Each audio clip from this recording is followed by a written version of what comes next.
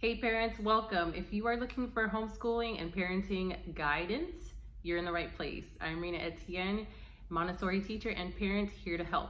So let's talk about how you can help support early literacy at home by choosing the right books for your little one. Oftentimes we get so caught up in filling up our child's library space and we don't really realize that there's some essentials that we should have to balance out the library. So what should you look out for?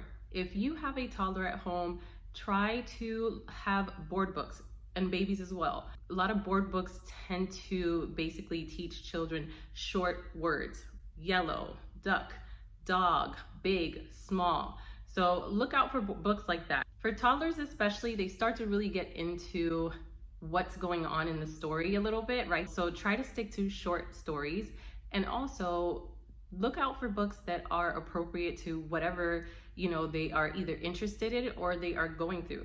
For instance, if they are learning to toilet train, then you can pick out a book about toilet training. So this will help them make this association and understand the process that they're about to go through, and you can have a conversation about the steps that you're going to take at home and whatnot. So this is great to help create a dialogue with your toddler, and again, to not only help your child gain the love of reading, but to also understand what it is that they're going to be going through. So the next thing you want to look out for are books that have counting and letters.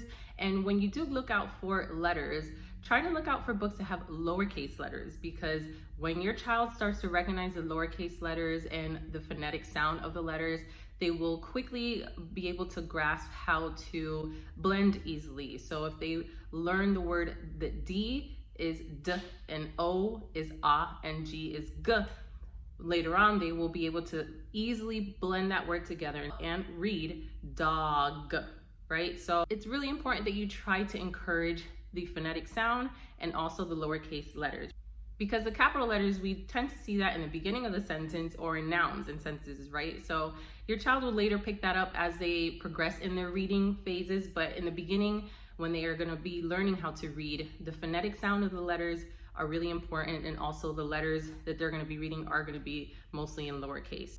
So look out for books like this with lowercase letters, and that also help your child learn the beginning sounds. As a Montessori teacher, I chose this one because it's one of my favorite ones. It's great for toddlers, and I actually use it for preschoolers too, just to reinforce the letter sounds. So this book would go into the letter sound G for goat, and it also has the direction in which your child can trace the letter with their finger, right? So that's also very helpful and important too. So board books, lowercase letters, and also books that have the beginning sound of the letters.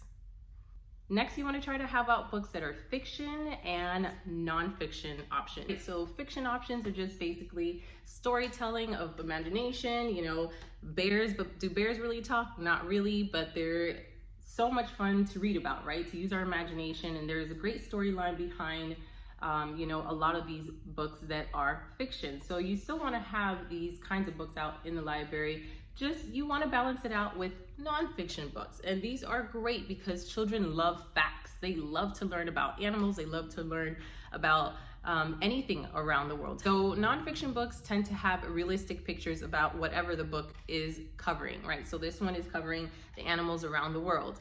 And so children love to look at the pictures, and they also retain the information that you read to them about the particular thing that you're reading, right? So you can be reading to them about the tree frog, and they'll remember a few facts about it just by looking at the picture and hearing the information that you're telling them about. When you are looking out for nonfiction books, try to choose something that has short informational text. And if not, that's okay. But when you read to your child, try to think about your child's age. So if your toddler is looking at this book that you have out because you have it out for your 6-year-old, you would, with your toddler, you would just basically call out the name of the animal, right? And your 6-year-old, you would kind of go more into detail about the animal and what it does and where it lives.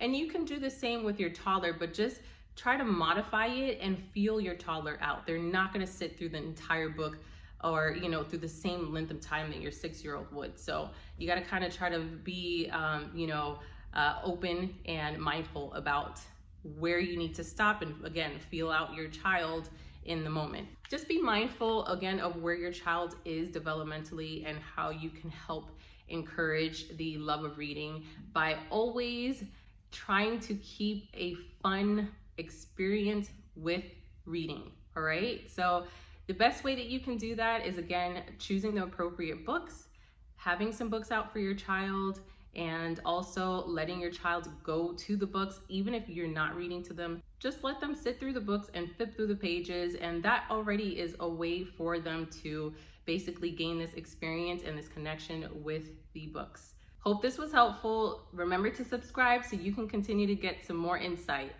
Thank you, and I'll see you on the next one.